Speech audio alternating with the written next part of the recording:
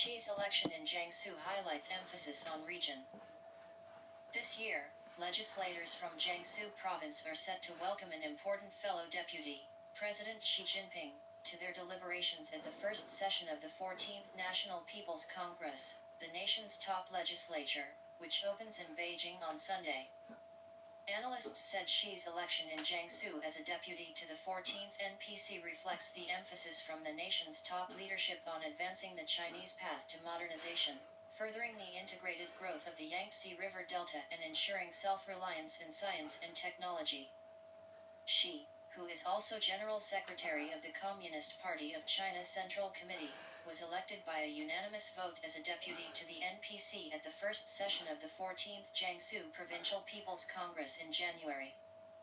Jiangsu, with a population of 85.15 million by the end of last year, has long been one of China's manufacturing hubs and powerhouses for international trade. The province's GDP, which reached 12.29 trillion yuan, $1.78 trillion, in 2022, took up one-tenth of the nation's total, with its foreign trade volume accounting for 12.9% of the national total. Fan Conglay, director of the Yangtze River Delta Economics and Social Development Research Center at Nanjing University, said Xi's unanimous election in Jiangsu to the top legislature epitomized his high level of public support in the province. It also showed a high level of expectations from the top leadership for the province to take the lead in exploring the Chinese path to modernization and promoting high-quality growth, he said. Xi set out a broad vision for China to move toward building itself into a modern socialist nation at the 20th CPC National Congress in October, highlighting the need to follow a Chinese path to modernization, a vision that involves common prosperity for all, harmony between humanity and nature, and peaceful development. The key for China to follow its own pathway to modernization is to ensure common prosperity for all, and a major challenge lies in rural areas. Jiangsu has become one of the regions with the smallest gap in income between urban and rural residents in China over the past decade, Fan said.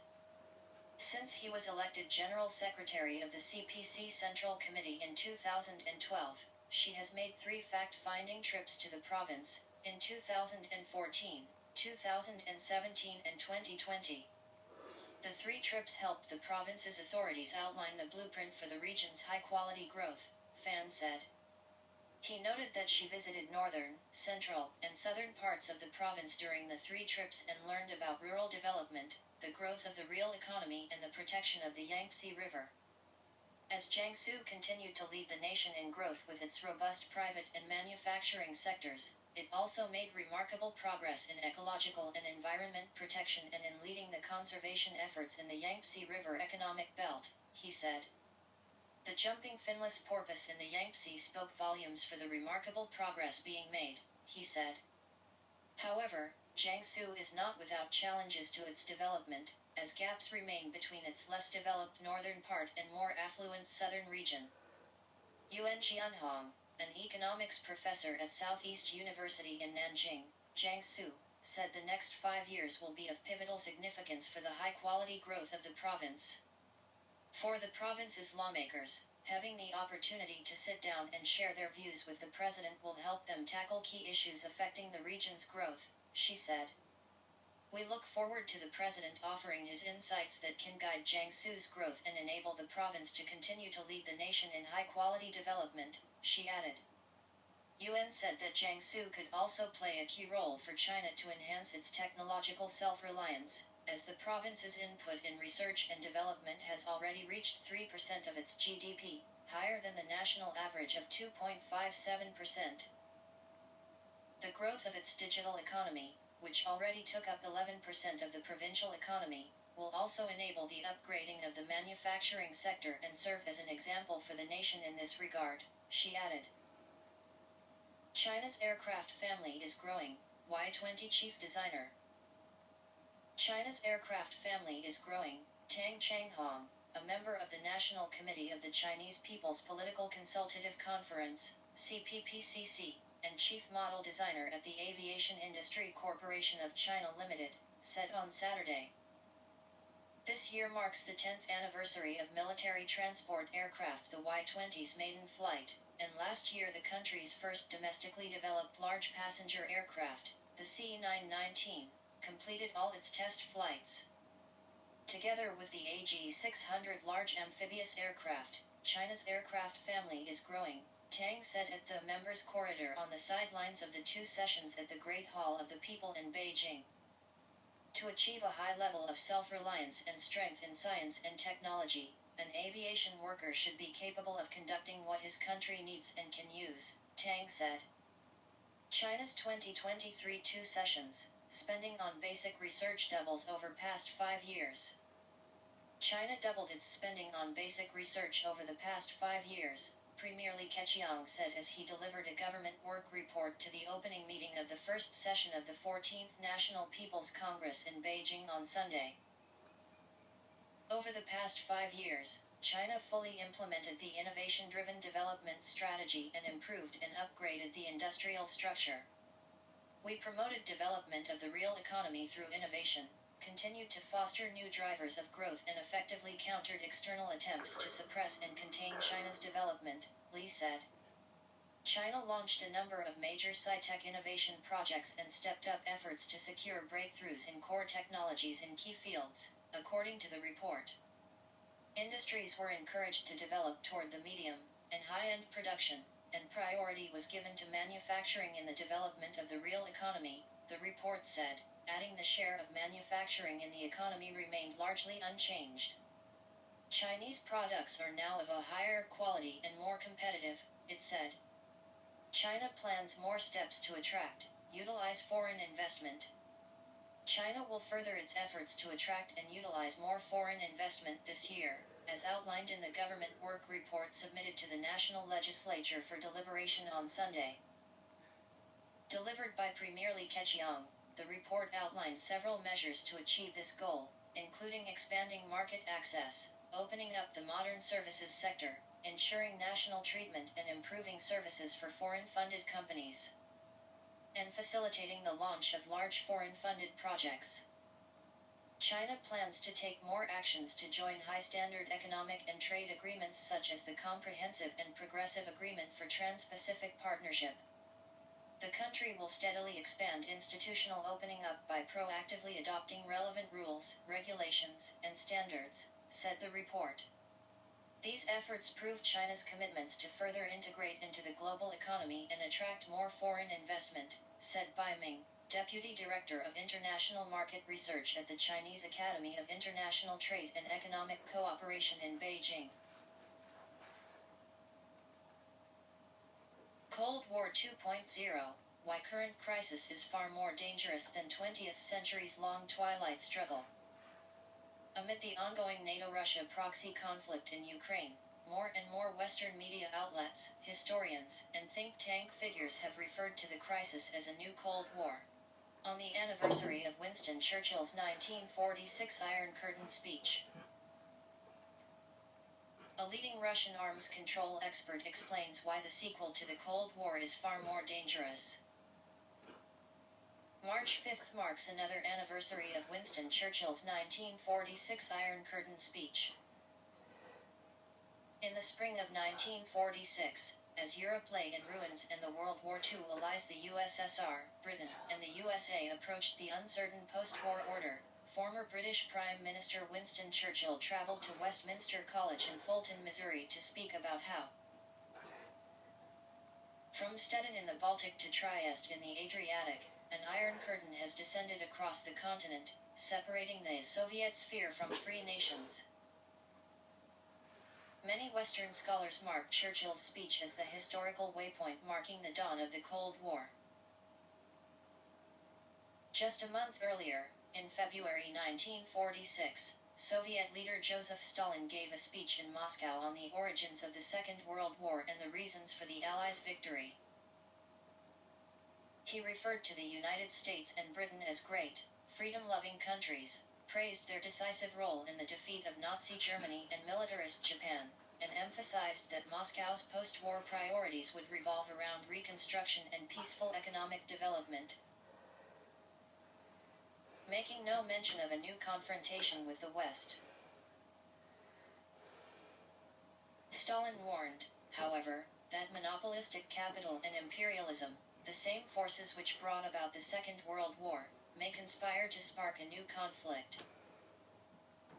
In the 4 decades that followed, the Western and Eastern political, economic, and military blocs stared one another down at the barrel of a gun, and, eventually, nuclear warhead-tipped missiles.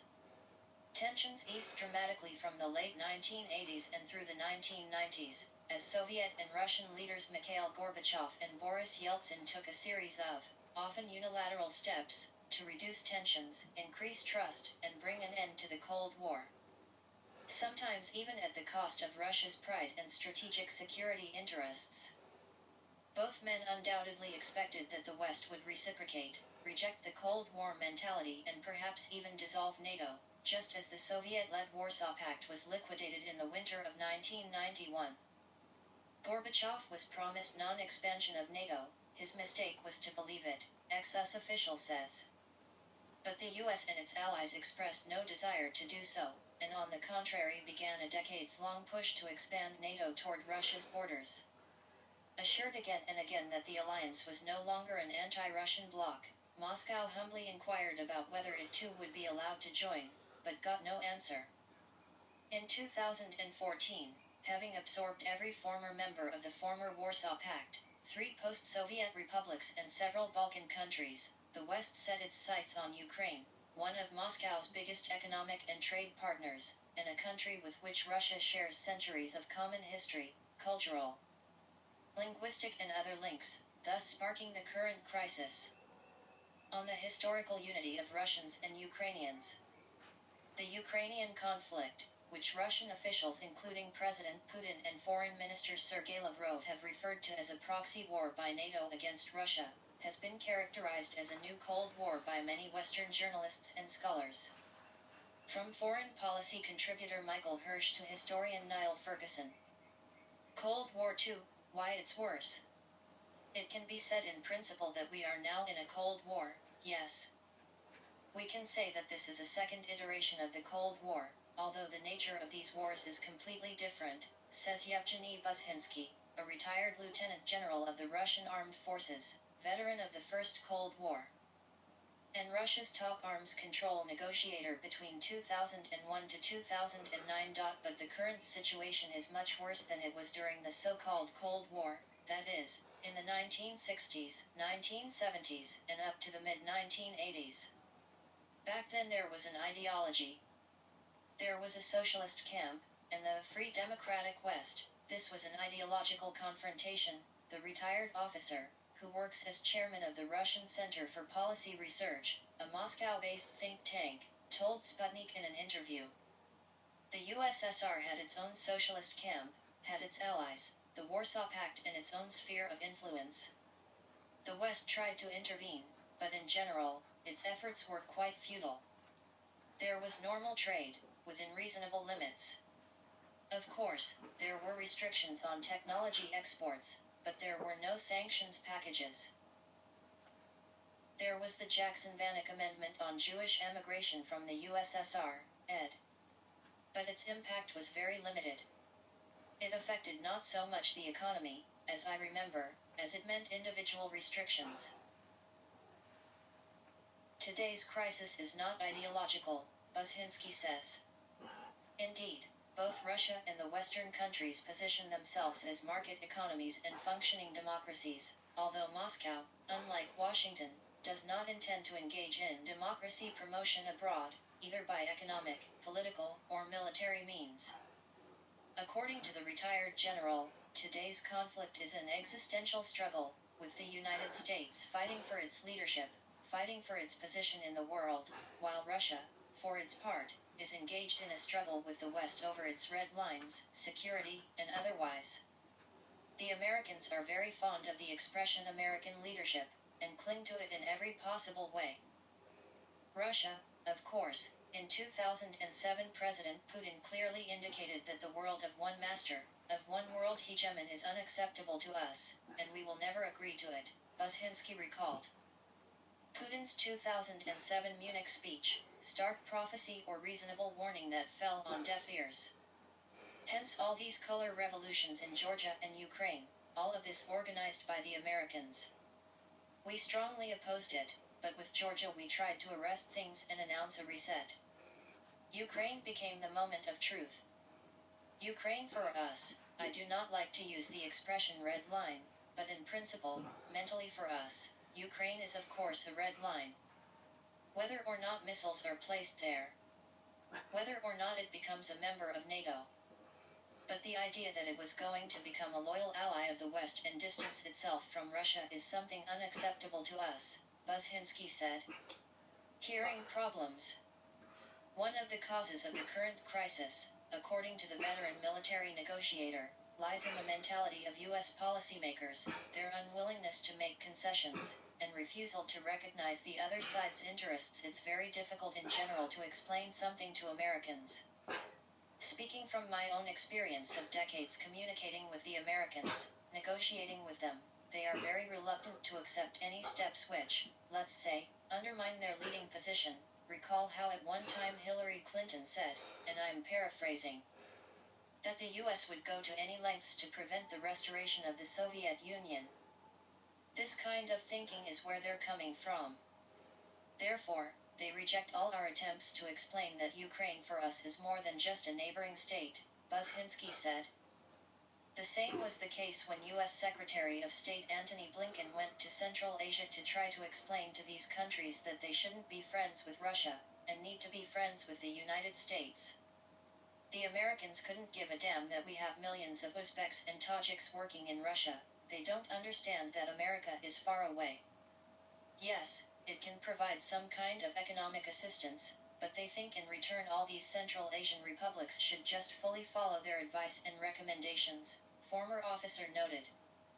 Blinken's Central Asia trip was meant to open a second front against Russia. Why it failed. More dangerous than Cuban Missile Crisis. Buzhinsky believes the Ukrainian crisis is far more dangerous than the Cuban Missile Crisis of October 1962, when the world was on the brink of nuclear war. It's more dangerous, for two reasons. Firstly, the outcome of the Cuban Missile Crisis was decided by two people, Kennedy and Khrushchev and their advisors. Today, perhaps if it was just Putin and Biden, things would be easier. But in fact, there are so many assistants, the Poles, the Balts, the Czechs, who, should Biden and Putin reach an agreement tomorrow, would grit their teeth, but agree, forcibly, because nobody will dare challenge the Americans, especially today. They would keep to themselves, but at the same time spoil everything as much as possible through the European Union. The danger of the Ukrainian crisis descending into a global war revolves around the fact that it's taking place along an escalation ladder, with NATO consistently testing Russia's responses with every delivery of new and more advanced weapons, according to Buzhinsky. Right now they're talking about the delivery of warplanes. The Ukrainians are asking for them. My only hope is in Biden's common sense, not so much his sanity, given his not very stable mental state, in my opinion, but that instinctively, he remembers the 1970s and 1980s, he grew up during the Cold War, both physically and as a politician. Therefore, he understands how this could all end. But this brazen generation, Jake Sullivan, Antony Blinken, the leadership at the Pentagon, these are people who have never fought anywhere. The bombings of Yugoslavia, Libya, Syria, all these took place without significant losses for the Americans. These weren't wars. Deploying Western warplanes in Ukraine is effectively impossible, Buzhinsky says, because aircraft require a large ecosystem of support behind them. A plane isn't a tank. It needs to be serviced before and after every flight. If it's hit by enemy fire, it has to be repaired, and at a proper airfield, as a rule. For this, a base has to be created. Creating this base in conditions of Russian attacks is futile. This means they would have to be based at airfields somewhere in Poland, Romania, Slovakia, and other neighboring countries, the retired general explained. If a plane takes off from an airfield in Poland, carries out strikes on Russian forces inside Ukraine and returns to this airfield, I am absolutely 90% certain that we would have to carry out strikes against Polish airfields. I think the Americans understand how this might end. That's the situation. Medvedev. Delivery of NATO aircraft to Kiev will mean alliance's war against Russia. The threat of a direct clash between Russia and NATO not only exists today, but is substantially higher than it was during the Cold War. Bushinsky fears any direct clash between the armed forces of the United States and the Russian Federation would be a global catastrophe. Would be mutual annihilation. Because all these fairy tales about a limited nuclear war, the Americans believe it's possible to indulge in the use of some kind of tactical nuclear weapons in Europe, while they sit at home and watch calmly from behind two oceans. That won't happen. Putin has already said twice that the response will be strategic. Like I say, we would strike a Polish airfield where Ukrainian F-16s striking at our troops are based, and they would have to think how to respond. Would they take it? That would mean the need to fight. This would mean fighting directly with Russia, and no one would be able to stop the conflict. Another problem, Bushinsky says, is that the current conflict isn't a Cuban Missile Crisis-style standoff, but an actual hot conflict, a Western-backed proxy conflict between Russia and Ukraine. Let's say Putin and Biden reach an agreement. What can they agree to? Take the 4 regions which became part of Russia, they are ours. We won't give them up. What will Biden say? Sure guy, I agree, we'll stop. I think that's unlikely. And the Ukrainians will say we want to fight, and the Poles and Lithuanians and Estonians will cry how can that be? Whereas the strategic defeat of Russia you promised. That's the issue.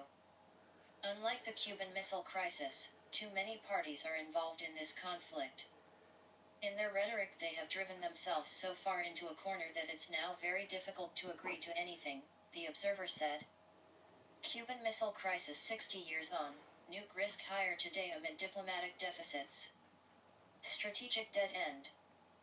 Bushinsky views on the new Strategic Arms Reduction Treaty, New START, which Russia suspended last month, citing problems with inspections, and US aid to Ukrainian drone attacks on an airbase hosting Russia's strategic aviation. You know, I am not a supporter of existing agreements. Furthermore, I believe New START is a very good agreement.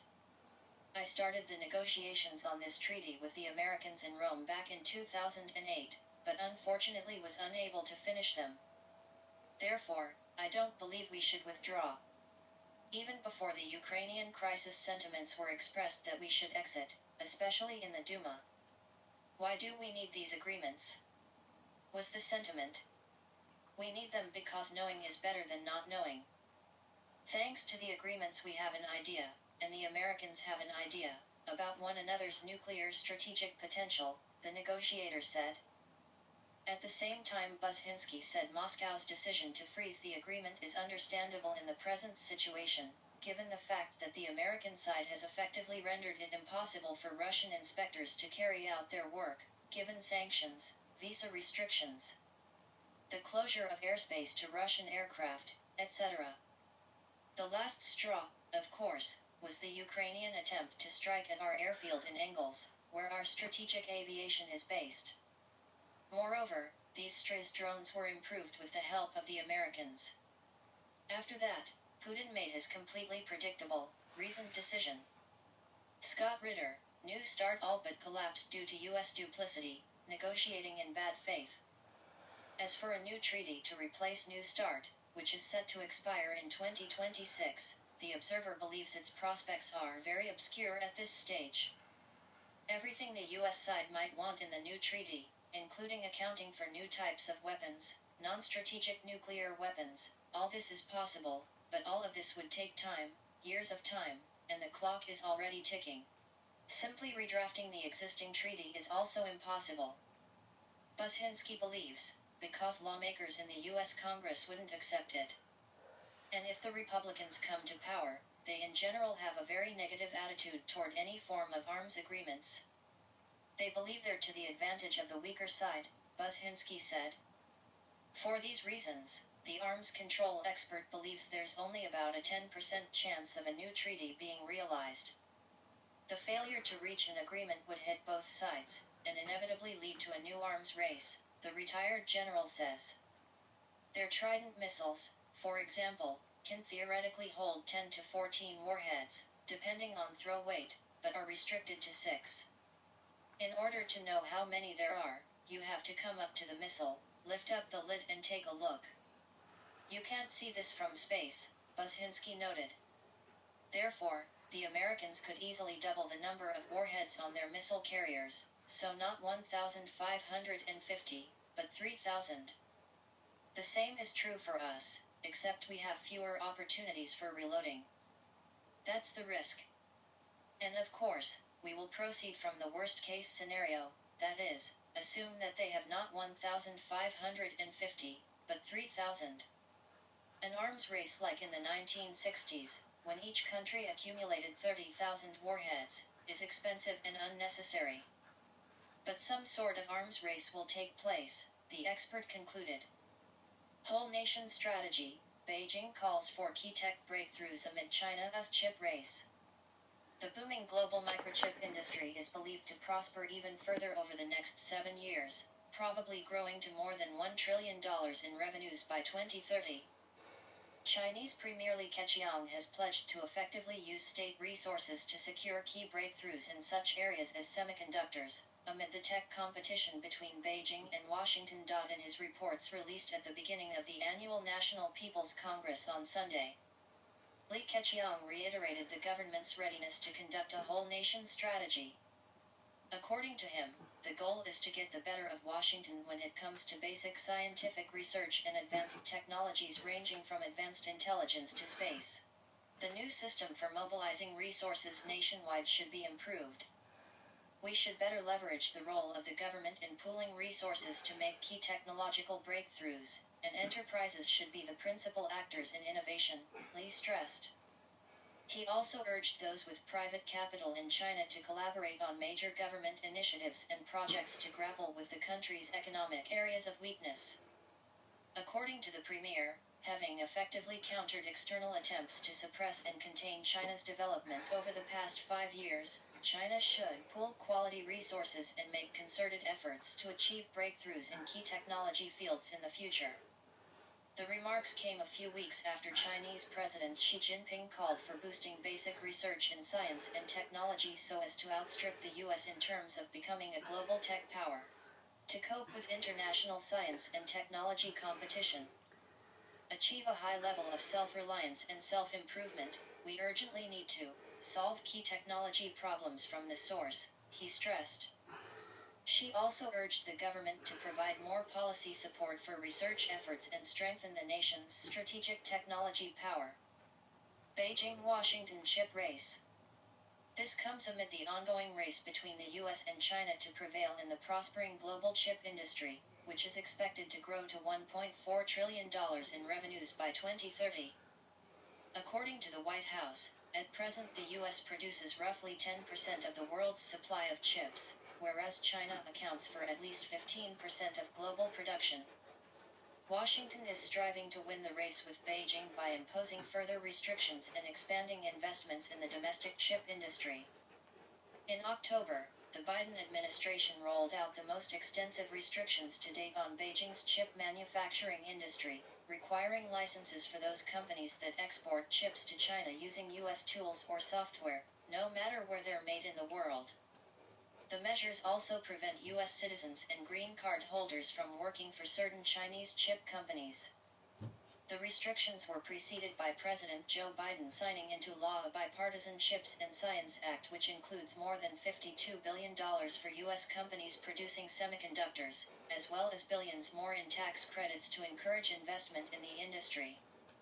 Analysts, UK abandons strategic autonomy by joining semiconductor blockade of China. The goal is to prevent American investors from directly or indirectly contributing to the development of semiconductor production in China. One of the conditions for obtaining a government subsidy under the new law is the obligation not to invest in the development of advanced technology in China for 10 years. China, for its part, is seeking to develop its own technologies, instead of following in the footsteps of Western manufacturers. When it comes to the semiconductor industry, Beijing expands the domestic technology to produce advanced silicon carbide chips. In this regard, Beijing is sparing no expense in the research and development, R&D, of similar technologies. Premier Li Keqiang has already promised that the country's R&D spending for the purpose would grow by more than 7% per year between 2021 and 2025. North Korea urging UN to demand halt to US South Korean military drills. The North Korean Foreign Ministry has called on the United Nations to demand that the United States and South Korea stop their joint military exercises that are escalating tensions on the Korean Peninsula. The UN and the international community should strongly urge the US and South Korea to immediately stop their provocative statements and joint military exercises, which are extremely exacerbating the situation on the Korean Peninsula and are irresponsibly raising the level of confrontation. North Korean Vice Foreign Minister for International Bodies Kim Sun-jeong said in a statement, quoted by the Korean Central News Agency, KCNA, on Sunday. At the end of February, Kim Sun-jeong condemned a statement made by UN Secretary-General Antonio Guterres in which he urged Pyongyang to refrain from provocative actions on the Korean Peninsula amid recent missile launches. Russian engineers create drone with night vision for monitoring oil, gas pipelines. Russian company Clevercopter has developed the Airmatic mini drone that can be equipped with a night vision camera to monitor oil and gas pipelines. The National Technology Initiative Project Support Fund told Sputnik on Sunday. Russian engineers have created an unmanned aerial vehicle of the convertiplane type with a night vision camera with a 30x zoom, which will be able to monitor pipelines and oil and gas pipelines at any time of the day. The fund said in a statement. Russia developing swarm attack drones for battlefield, Rostec CEO reveals. One of the key features of this drone is a hybrid power plant, 1 gasoline and 8 electric engines, which allows it to fly over distances of up to 200 kilometers, 124 miles, and at the speed of up to 100 kilometers per hour, 62 miles per hour, the statement added. At present, we are completing the assembly of the Airmatic mini drone and preparing it for testing, which will begin in the coming months. Equipped with an autopilot and a night vision camera, the convertiplane will be used to solve monitoring tasks, the head of Clevercopter, Sergei Gasaev, said. Gasaev added that the drone could also be used to deliver small loads weighing up to 5 kilograms, 11 pounds. Germany got a slap in the face from US, but can do nothing but obey, political scientist. Chancellor Olaf Scholz is seeking to revive Germany's economic leadership in the EU, but he cannot do this without Washington's blessing, and thus he has embarked on a tour of the US to meet Joe Biden, who snubbed Berlin during his previous European trips, Alexander Rahr. German political scientist and head of Eurasian Society, told. German Chancellor Olaf Scholz arrived in Washington on Friday with little fanfare to hold talks with US President Joe Biden. It was reported earlier that the German and American leaders would discuss the Russian special military operation in Ukraine and Western support for the Kiev regime. However, the Western mainstream press suggested that their agenda could be much broader, including tough questions on how to end the Ukraine conflict. There is a lot of talk in Germany about why Scholz really needs to go to Washington now. Many believe that he and Biden are discussing everything on the phone, so what could have prompted Biden to allegedly call Scholz on the carpet in Washington? I think a lot has to do with the fact that Biden himself was recently in Europe, but did not visit Germany. He has not visited Germany as a president, so far. He was twice in Poland, and by this he clearly emphasized that Poland is the main ally in Europe for him today. I think it's a slap in the face for Germany, Alexander Rahr said. Frenemy? How US deprives Germany of strategic autonomy and status as industrial powerhouse. Germany is facing recession and gradual deindustrialization due to skyrocketing energy costs which have made the nation's industrial sector uncompetitive, causing the relocation of German firms abroad, to the US and China in particular. Germany wants, anyway, to restore its leadership in Europe. And this can be done only with the assistance, support, and blessing of America. I think part of the planned conversation will be aimed at working out a common strategy for how Germany can again become a truly major leader in Europe with the support, assistance, and trust of the United States of America, Rahr noted. At the same time, however, Berlin and Washington have a number of differences which have yet to be sorted out. First, the US wants Germany to step up weapons deliveries to Ukraine, including Leopard 2 tanks. Scholz agreed to send tanks to Kiev on the condition that the US delivers its own Abrams main battle tanks to the Ukrainian military. Even though Biden agreed, the American tanks will be supplied to Ukraine by the end of this year at the earliest. Second, Washington's Inflation Reduction Act and climate agenda have created advantages for North American businesses, depriving many European, and primarily German, companies of access to the American market. On top of that, the Nord Stream sabotage attack is an absolutely secret and sensitive topic which is amplifying tensions simmering between the Allies. It seems to me that everything is already clear to Scholz. I do not believe that German intelligence or the military structures of Europe, which should have known what happened, have any doubts about the US role in destroying Nord Stream pipelines, Sputnik. And there were publications and investigations into this in the US. But Scholz also clearly understands that it is impossible to act against America, because today America provides Europe, including Germany, with that security, that nuclear umbrella that Europe itself does not have, Rahr concluded. Trump vows to end Ukraine conflict in 24 hours. The ex-US leader claims he is the only candidate that can prevent World War III. President Joe Biden is leading the United States into oblivion, Donald Trump told the Conservative Political Action Conference in Maryland on Saturday, promising to stop wasting U.S. taxpayer money on stupid foreign wars as he rallies support for a potential political comeback in 2024. I was the only president in decades that didn't have a war, Trump said in his nearly 2-hour-long speech at the annual conservative gathering at Gaylord National Resort, claiming that if he was in office right now, Ukraine would have been thriving, there would have been no dead people. No obliterated cities that can never be rebuilt. Last month, Trump promised to immediately call Moscow and Kiev, if re-elected, insisting he knows exactly what to tell Russian President Vladimir Putin and Ukrainian leader Vladimir Zelensky to stop the conflict. I know what to say, he reiterated on Saturday. Before I arrive in the Oval Office, I will have the disastrous war between Russia and Ukraine ended. I will get the problem solved and I will get it solved in rapid order and it will take me no longer than one day. At the same time, Trump blasted Biden for wasting billions of U.S. taxpayer dollars instead of forcing Washington's European allies to bankroll Kiev. Is NATO putting up dollar for dollar with us? He said. We put up $140 billion and they put up just a tiny fraction of that.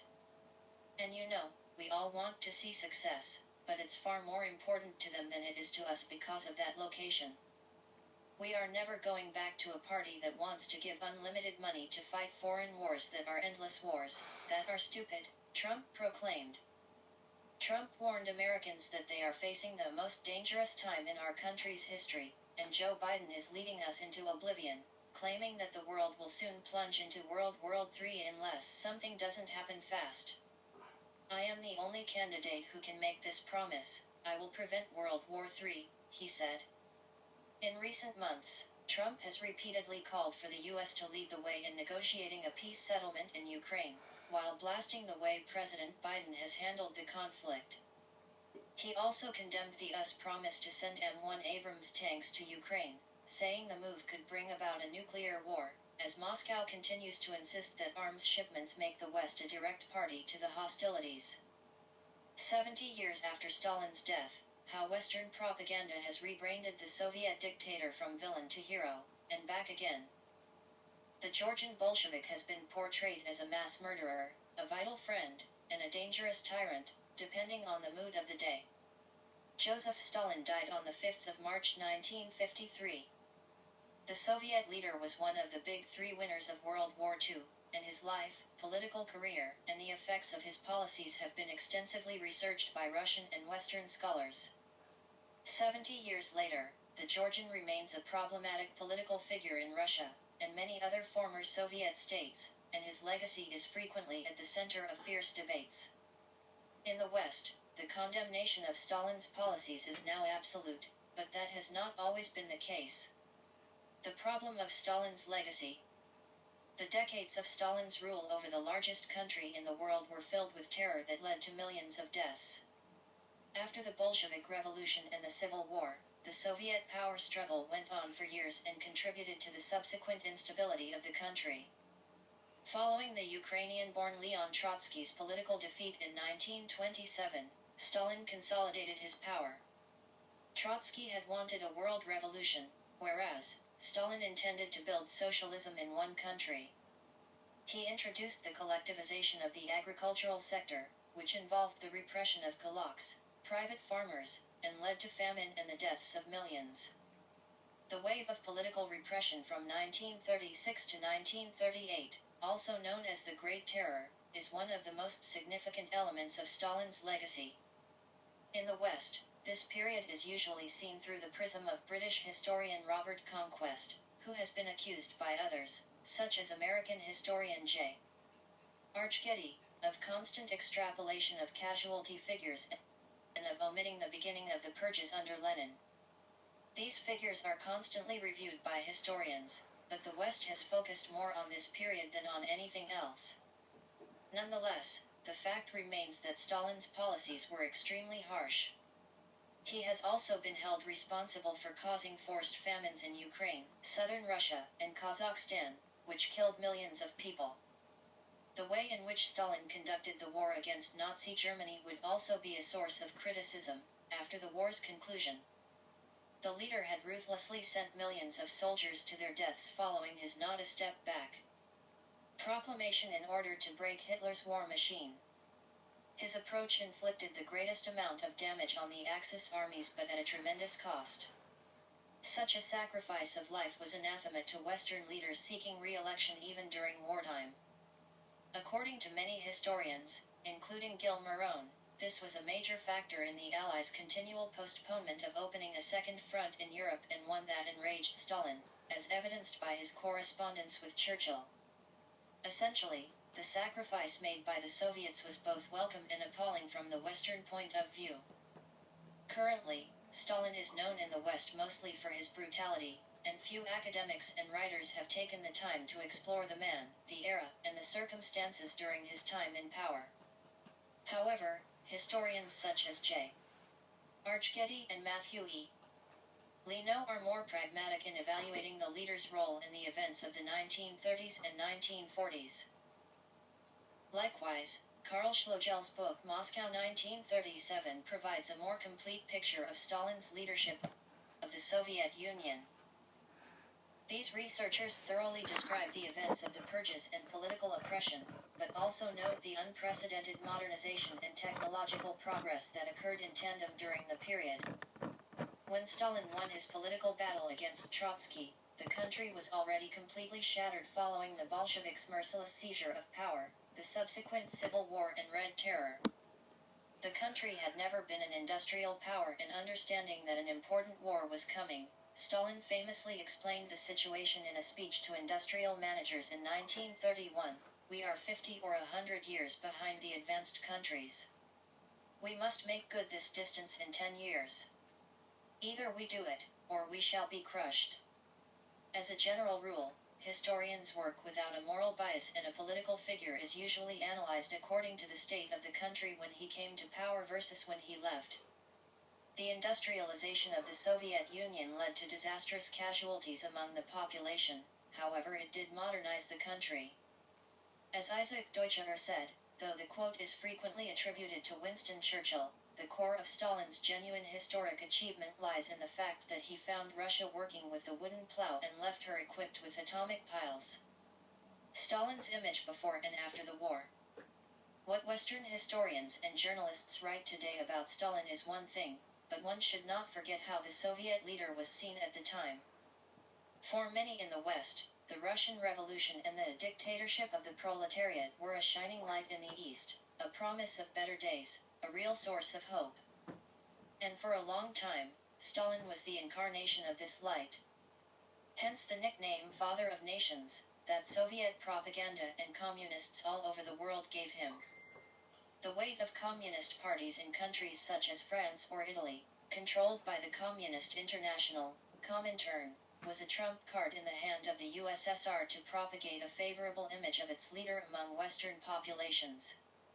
The fascination was such that European communists were reluctant to engage in resistance against Hitler until Stalin gave a green light, following the beginning of Germany's invasion of the USSR. But the masses were not the only ones to be fascinated by Stalin and what he incarnated. The work of the genius German publisher and communist activist Willy Munzenberg had a supreme influence on intellectuals and poets all over Europe. Playing on the primordial fascination with this new economic model being built in the USSR, he monitored and or created many useful idiots, or fellow travelers. Some, like André Gide or Arthur Koestler, went on to be quickly disillusioned, but Mom didn't.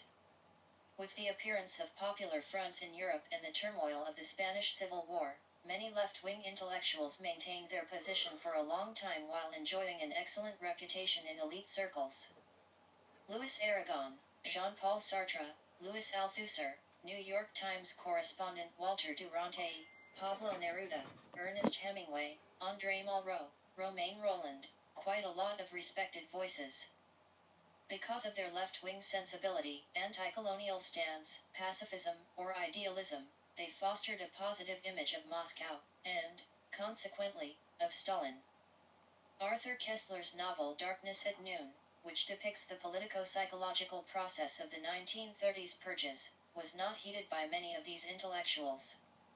Sartre, for example, later moved from Stalinism to Maoism.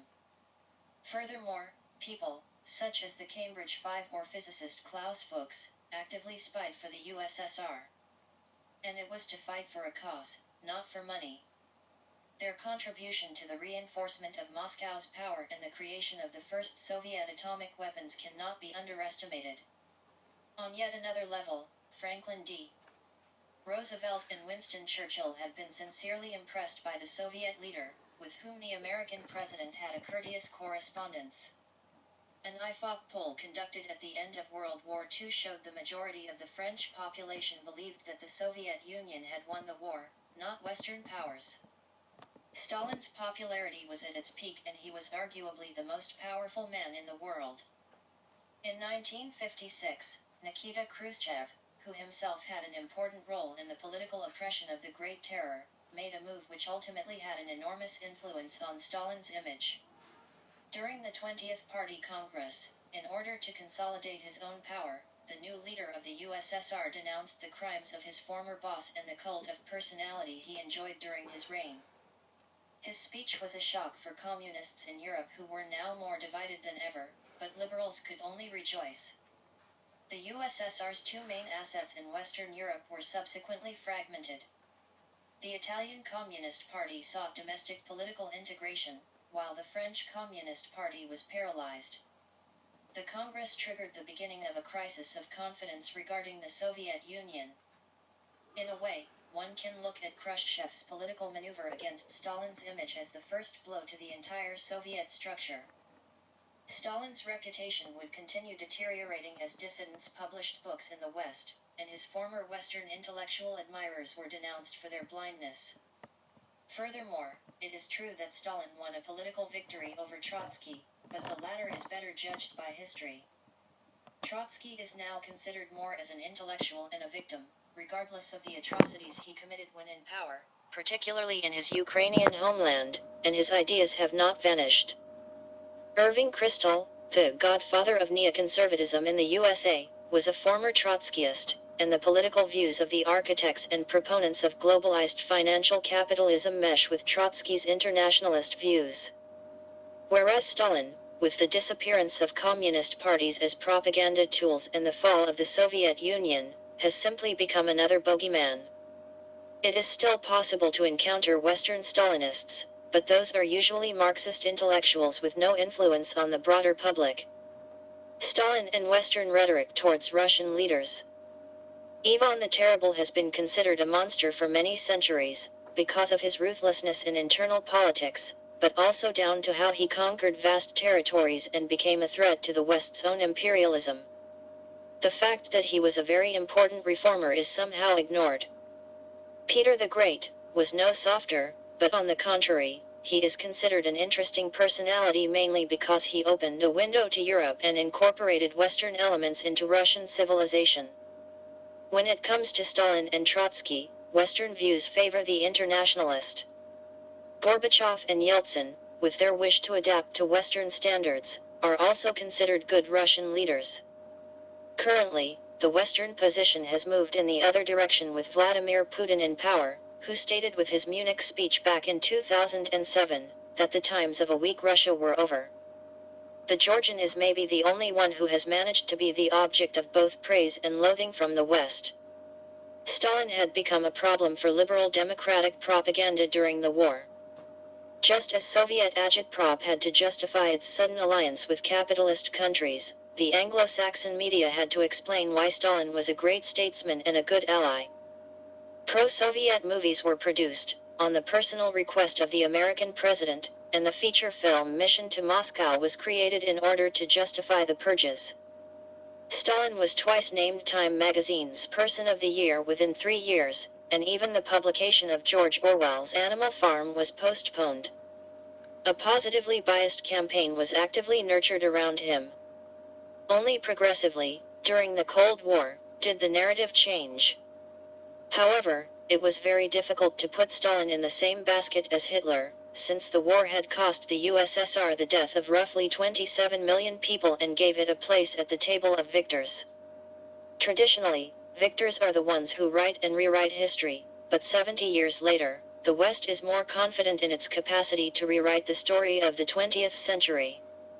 And Stalin is more often now presented as an accomplice of Hitler who helped him organize chaos and terror in Europe. Something which is clearly nonsense. This apparently incoherent attitude is better explained if we examine the power structures in liberal democracies. Since the beginning of the 20th century, the West has developed a system in which strong incarnations of power are not desired. By 1900, according to the American philosopher Sheldon Volin, the U.S. was already living under an inverted totalitarianism, that is to say a system where corporations and lobbyists rule while the government acts as a servant. In his famous 1928 book Propaganda, Edward Bernays explained, the conscious and intelligent manipulation of the organized habits and opinions of the masses is an important element in democratic society. Those who manipulate this unseen mechanism of society constitute an invisible government which is the true ruling power of our country. If Bernays' conclusions are correct, it implies that the Western system doesn't need statesmen and political reformers with a vision for specific nations but administrators and managers with short mandates. Angela Merkel's 16-year tenure marks a notable exception in contemporary liberal democracies. However, Merkel is working as part of the European Union, with its sophisticated institutions and heavy bureaucracy. This may explain why the length of her time in office has never been criticized, whereas the West frequently expresses its concern towards men like Putin or Xi remaining in office for long periods. However, as various crises have shown, liberal democracies temporarily embrace strongmen when it fits the political agenda. Pierre Consa, a French specialist in geostrategy, is the author of The Fabrication of the Enemy and Hollywood, Weapon of Mass Propaganda. He explains how Western messaging resorts to a fickle cinematographic process of demonizing its enemy and presenting its side as heroic.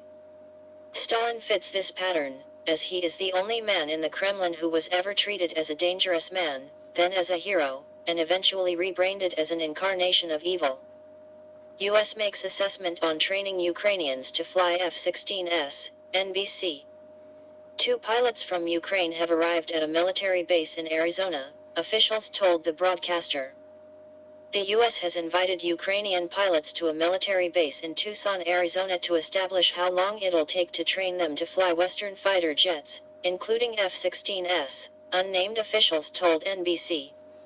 2 airmen from Ukraine have arrived on American soil so far, with more likely to join them soon, the broadcaster reported on Saturday. According to its sources, the U.S. authorities plan to bring as many as 10 Ukrainian aviators to the country this month. The pilots have been working on simulators and there are no plans for them to fly actual aircraft, the officials noted. The program has 2 goals: improving the Ukrainians' skills and assessing how long it will take to train them to effectively operate F-16s and other Western-made warplanes, they added. The program is about assessing their abilities as pilots so we can better advise them on how to use the capabilities they have and we have given them, a Biden administration official explained. It's the first time that Ukrainian pilots, who have been trained to fly Soviet-designed aircraft that differ significantly from their Western counterparts, have taken part in such a program in the U.S., NBC pointed out. The officials who talked to the broadcaster stressed that the development did not mean there had been any change in Washington's stance on the delivery of F-16s to Kiev amid its conflict with Moscow. "I'm ruling it out for now," U.S. President Joe Biden said last week when asked about the possibility of arming Ukraine with American fighter jets. Ukrainian leader Vladimir Zelensky doesn't need F-16s now. "There is no basis upon which there is a rationale, according to our military, now, to provide F-16s, Biden told ABC. Kiev has intensified calls for NATO to supply it with fighter jets, particularly F-16 aircraft, in recent months after securing a pledge from EU countries, the US and UK, to provide dozens of Leopard 2, M1 Abrams and Challenger 2 main battle tanks, respectively. Kremlin spokesperson Dmitry Peskov said discussions about the delivery of fighter jets to Kiev once again underline the growing involvement of Western countries in the conflict between Russia and Ukraine. He reiterated Moscow's stance that such actions only serve to escalate and prolong the fighting, and would lead to more bloodshed while failing to change the ultimate outcome of Russia's military operation. Luxury car makers stall EU ban on combustion engines, Bloomberg. Porsche and Ferrari reportedly want an exemption for e-fuel. An EU ban on the sale of new combustion engine cars has been postponed due to calls from luxury automakers Ferrari and Porsche for synthetic electric fuel to be given an exemption, Bloomberg reported on Saturday. The ban was set to be adopted earlier this week, but its approval was reportedly thwarted at the last minute by the governments of Italy and Germany, even though the regulation had already been agreed on by EU member states and approved by the European Parliament. According to Bloomberg, this was done under pressure from the 2 automakers, who are considered national icons in their home countries. Italy's deputy prime minister called the delay in passing the ban a great signal, while German Transport Minister Volker Wissing said Europe needs e-fuels because there is no alternative to operating our existing fleet in a climate-neutral manner. The EU ban is designed to lower carbon emissions by prohibiting combustion engine cars that run on fossil fuels from being produced, starting from 2035. As discussions of the ban have been ongoing for some time, many automakers have already started to invest in electric cars. However, Porsche has invested instead in an e-fuel plant in Chile, where it now holds a 12.5% stake, and said it has no plans to produce an electric version of its classic 911 model. Ferrari says that while it does plan to produce electric cars, it will also invest in e-fuel to be able to continue making its iconic combustion engine vehicles, to preserve our heritage.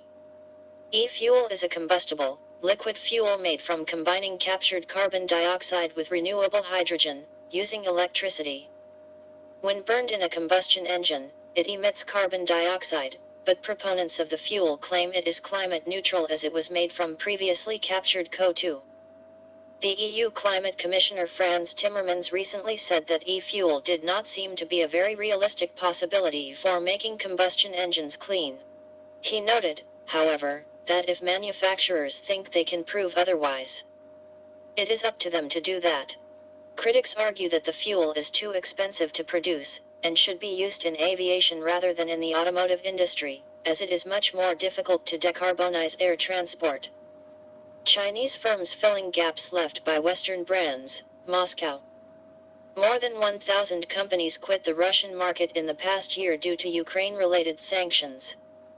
Russo-Chinese economic cooperation has been growing at a rapid pace in recent months and has good prospects for further expansion, Igor Morgulov, Russia's ambassador to Beijing, said in an interview on China Central Television on Saturday. According to the envoy, Chinese companies are actively filling the gaps in the Russian market left after the departure of Western companies, hundreds of which were forced to leave Russia due to Ukraine-related sanctions. We welcome the surge in Chinese exports to Russia, primarily of machinery and sophisticated types of goods, with which our Chinese friends are filling the niches vacated by the withdrawal of Western companies from the Russian market. These include computers, cell phones, and cars. You can see more and more Chinese cars on our streets. So, I see good prospects for the growth of Chinese exports to Russia, Morgulov stated. He noted that Russian products are also gaining popularity on the Chinese market. After 4 months of my stay in Beijing, I can say that Russian food products are in great demand among the Chinese. This is truly gratifying, he said. The diplomat also noted that Russia currently accounts for just 2% of China's agricultural commodities imports, which is obviously not enough. I am sure Russia could supply a lot more agricultural products, including oil-bearing plants, grain, meat, fishery products, and many others. He added that there are expectations of further broadening the scope of Russian exports to China in spheres like the pulp and paper industry, chemical industry, fertilizer production, and metallurgy. After the start of Russia's military operation in Ukraine, over 1,000 Western firms quit the Russian market, pressured by sanctions, according to Yale University analysts. As a result, Russia was forced to reorient to non-Western partners, most notably China and India. Over the past several months, China has been competing with India as Russia's biggest buyer of oil, and has overtaken the EU as the top importer of Russian agricultural products. Russo-Chinese trade turnover grew by nearly a third in 2022, reaching $185 billion, making Russia the leader among China's 20 largest partners in terms of trade growth. Officials from both countries have been noting with growing certainty that the $200 billion turnover goal set by Moscow and Beijing for 2024 may now be achieved earlier than expected. Russia to maintain high oil output, J.P. Morgan. Production can be maintained due to steady demand from Asia, the Wall Street Bank says. Russian oil drillers can maintain high production despite numerous rounds of Western sanctions, J.P. Morgan projected this week, according to Reuters. The Wall Street Bank pointed to growing demand for crude oil from China and India, which is expected to increase collectively by 1 million barrels per day, MBD, this year. We believe Russia will be able to maintain its oil production at pre-war levels of 10.8 MBD but will have difficulties getting back to peak pre-COVID volumes of 11.3 MBD, J.P. Morgan reportedly stated. The U.S. bank suggested that Moscow could struggle to reroute part of its oil product exports away from the EU, following the bloc's embargo on imports of Russian fuels.